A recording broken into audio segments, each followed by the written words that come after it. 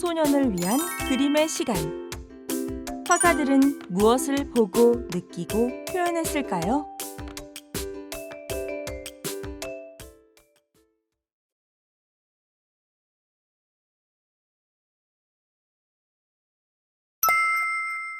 세 번째, 화가의 시선. 고흐와 고갱. 고흐, 해바라기.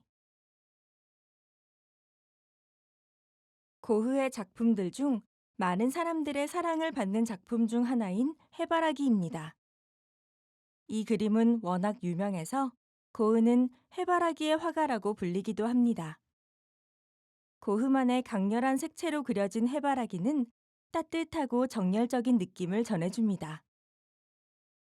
고흐는 프랑스 남부 아르레 노란 집에서 폴 고갱과 함께 이상적인 화가 공동체를 만들고자 했습니다. 이 공간을 장식하기 위해 고흐는 희망을 담아 여러 점의 해바라기를 그렸습니다. 고흐는 생전에 총 12점의 해바라기 그림을 그렸습니다.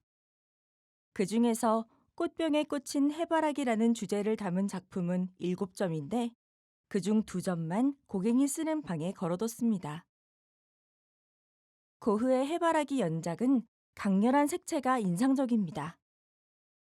노란색이 주는 강렬함과 희망이 활짝 핀 꽃에 잘 담겨 있습니다.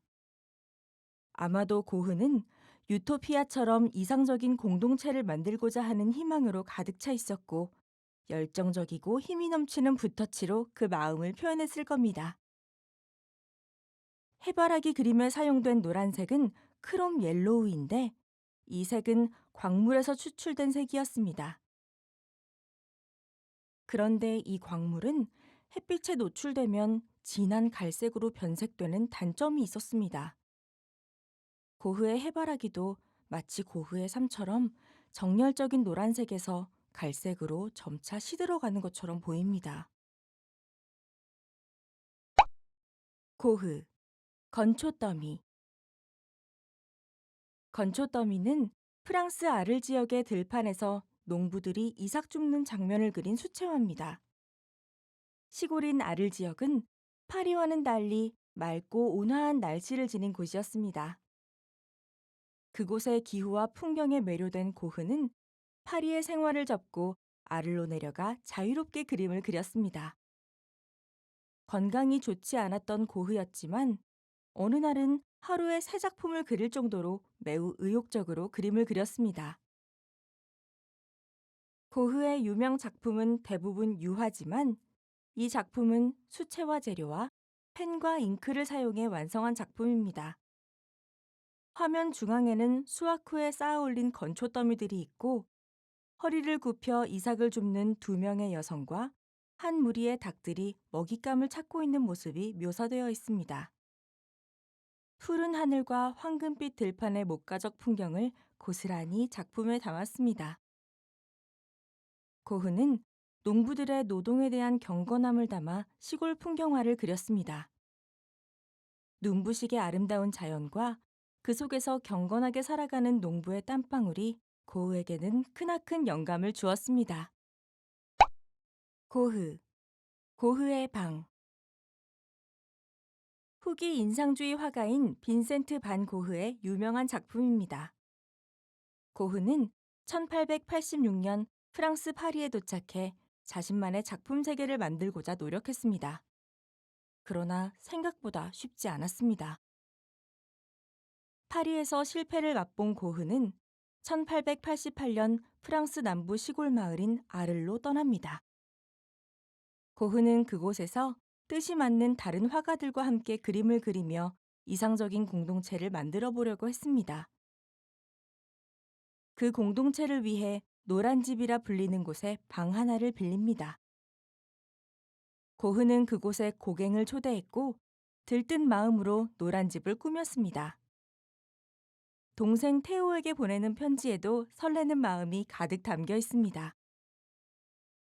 가구를 준비하고 액자를 고르고 걸며 화가의 유토피아 같은 공간을 꿈꿨습니다.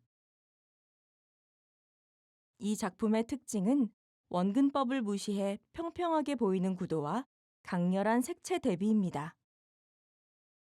고흐는 의도적으로 원근법을 무시하고 모서리도 삐뚤어지게 그렸는데 구조를 단순화하여 색채 대비를 더 돋보이게 하려는 의도였습니다. 그림자의 음영도 그리지 않아 마치 일본 판화를 연상시키기도 하죠. 단순한 방의 모습과 강렬한 색으로 오직 휴식만을 강조하고자 했습니다. 실제로는 작은 방이었지만 이렇게 원근법이 무시된 그림 속에서는 방의 크기를 알 수가 없었죠. 그저 노란 빛이 주는 평온함과 포근한 침대, 작은 소품들과 사물들이 주는 아늑함만 느낄 수 있습니다. 고흐, 별이 빛나는 밤. 빈센트 반 고흐는 고갱과 이상적인 화가 공동체를 만들기 위해 함께 생활합니다. 그러나 두 사람의 뜻을 하나로 모으기가 생각처럼 쉽지 않았고 고흐는 고갱과 심하게 다투게 됩니다. 그 후 고흐는 자신의 마음의 병을 인정하고 생레미의 정신병원에 들어가게 되죠. 별이 빛나는 밤은 그 병원에 있던 시기에 완성된 작품이며 고흐의 대표작 중 하나로 손꼽힙니다. 병원에서 지내는 동안 고흐는 병실 창가에서 그림을 그렸습니다. 스스로 마음의 병이 있다고 인정하면서 무척 괴로워했죠. 그런 고흐에게 밤하늘은 무한한 세상이었고 어둠은 절망을 표현하기 적절한 대상이었습니다. 그림 속에는 굽이치고 휘몰아치는 별빛들이 고요한 마을을 뒤덮고 있습니다. 소용돌이 치고 있는 별빛이 마치 불안에 휩싸인 고흐의 마음처럼 보입니다. 당시 인상주의는 사물이나 풍경을 보이는 대로 그리는 것이 중요했는데 이 작품은 그런 화풍에서 크게 벗어나 있습니다. 겉으로 보이는 외면보다 내면의 감정을 더욱 잘 표현한 작품이지만 당시에는 좋은 평가를 받지 못했습니다. 이 작품은 노란색과 파란색의 보색 대비를 사용해 강렬한 인상을 줍니다. 밤하늘은 진한 남색으로 표현해 노란빛의 별이 더욱 돋보이죠. 마을 역시 짙은 푸른색을 사용해 다소 어둡고 우울해 보입니다. 보색과 강렬한 붓터치로 당시 힘들었던 고흐의 마음을 고스란히 담은 듯합니다. 고흐, 꽃이 핀 아몬드 나무.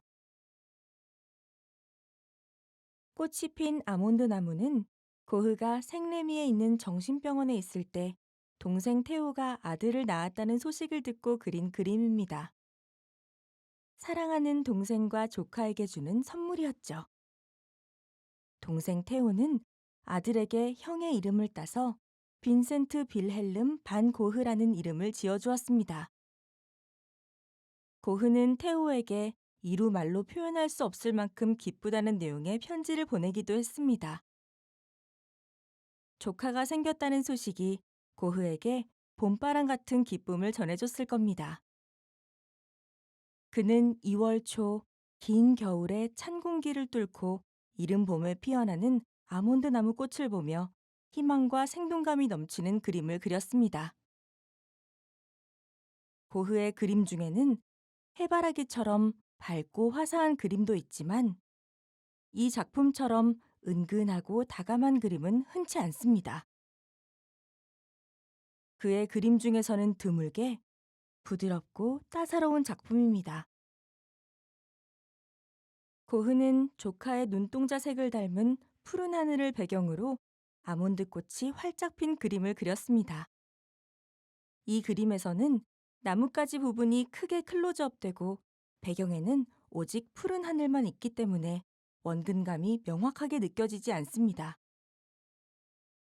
고흐는 평면성을 강조한 뒤 색과 빛을 마음대로 구사하는 방식으로 그림을 그렸습니다. 사실적인 공간을 표현하는 것에 아무런 구애를 받지 않게 되자 원하는 대로 색과 빛을 구사할 수 있게 됐습니다. 고흐, 자화상. 고흐는 많은 수의 자화상을 그린 작가입니다.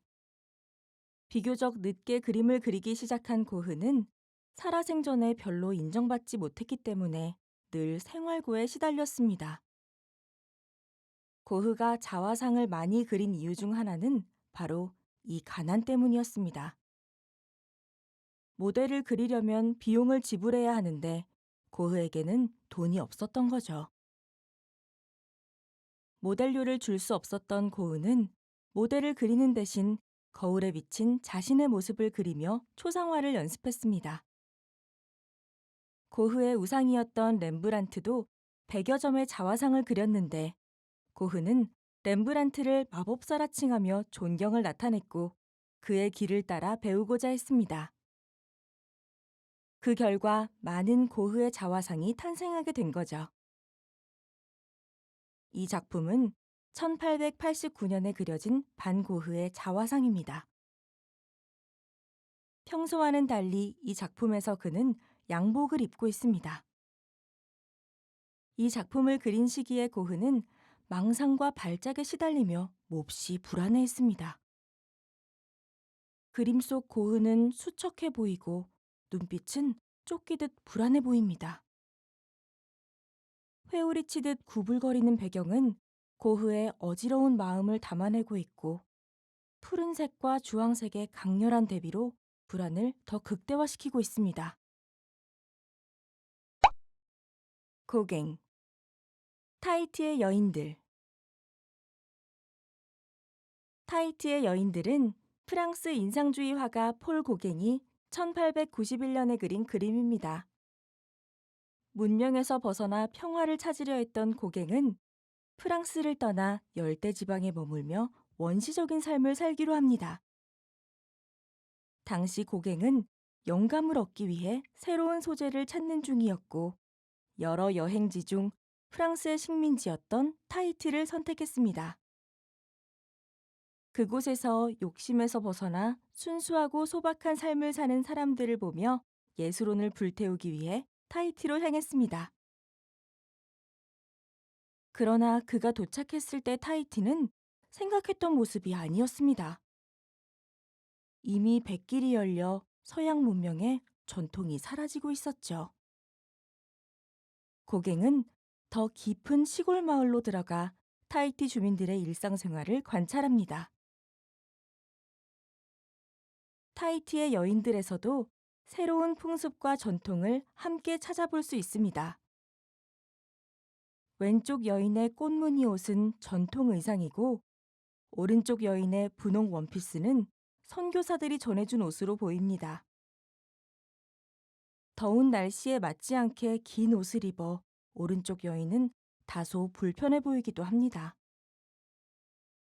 그러나 이 여인들의 무거운 표정과는 달리 고갱은 주황, 노랑, 초록 등의 강렬한 색채로 열대지방의 생기를 전달하고자 했습니다. 기존의 원근법이나 명암법의 사용보다는 색채를 강조하여 상징적인 표현을 한 것이 이 작품의 특징입니다.